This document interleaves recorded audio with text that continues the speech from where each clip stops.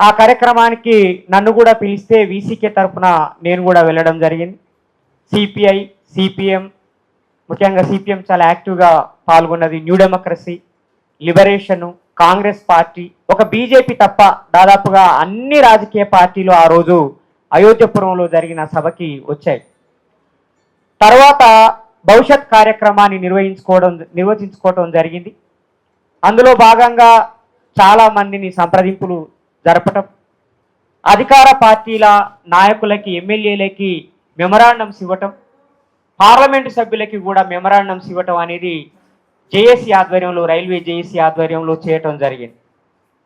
ఆ తర్వాత ఒక ర్యాలీని, చాలా పెద్ద ర్యాలీని మడికొండ అంబేద్కర్ స్టాచ్యూ దగ్గర నుండి కాజీపేట రైల్వే స్టేషన్ వరకు సుమారు ఒక 500-600 మంది యువకులతో, మహిళలతో, ఉద్యమకారులతో, భూమి కోల్పోయిన అయోధ్యపుర వాసులతోటి చాలా పెద్ద యాత్ర, పాదయాత్ర చేయటం అనేది జరిగింది.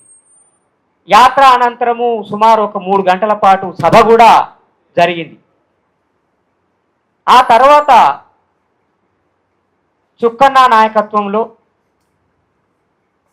ప్రభాకర్ రెడ్డి గారి ఆధ్వర్యంలో, సిపిఎం పార్టీ చొరవతో కాజీపేట జంక్షన్లో, ఆ చౌరస్తాలో ఒకరోజు సామూహిక నిరసన దీక్ష కార్యక్రమాన్ని కూడా నిర్వహించడం జరిగింది.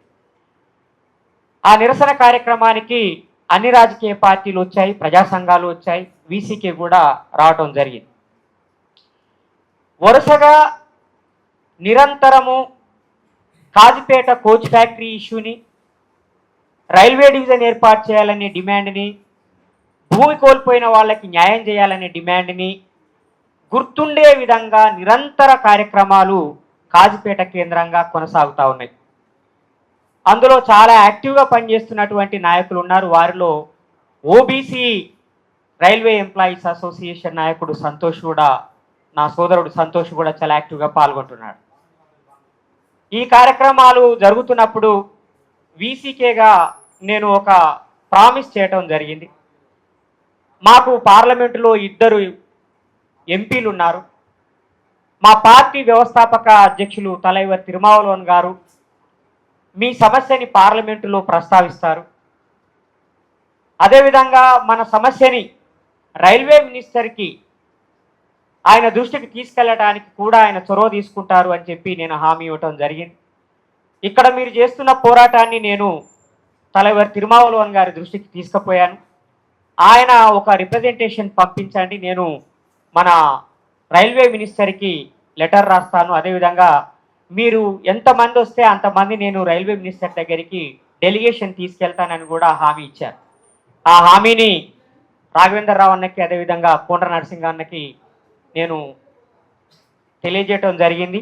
వచ్చే బహుశా చలికాల సమావేశాల్లో మనకి మంచి సమయం అందుబాటులో ఉంటుంది. మీరు ఎంతమంది వస్తే అంతమందిని మనం అక్కడికి వెళ్దాము. మన లీడర్ తిరుమావలోన్ గారు మన కోసం పనిచేయడానికి ఆయన సిద్ధంగా ఉన్నారు. అందుకని ఆయనకి ధన్యవాదాలు తెలియజేస్తూ, ముఖ్యంగా ఆయన పుట్టినరోజు ఇవాళ, ఆయనకి పుట్టినరోజు శుభాకాంక్షలు కూడా తెలియజేస్తున్నాను. రైల్వే జేఏసీని నడిపించడానికి, బీయింగే రైల్వే ఎంప్లాయీ, కోండ్ర నరసింహారావు అన్న ఆల్రెడీ రిటైర్ అయ్యింది.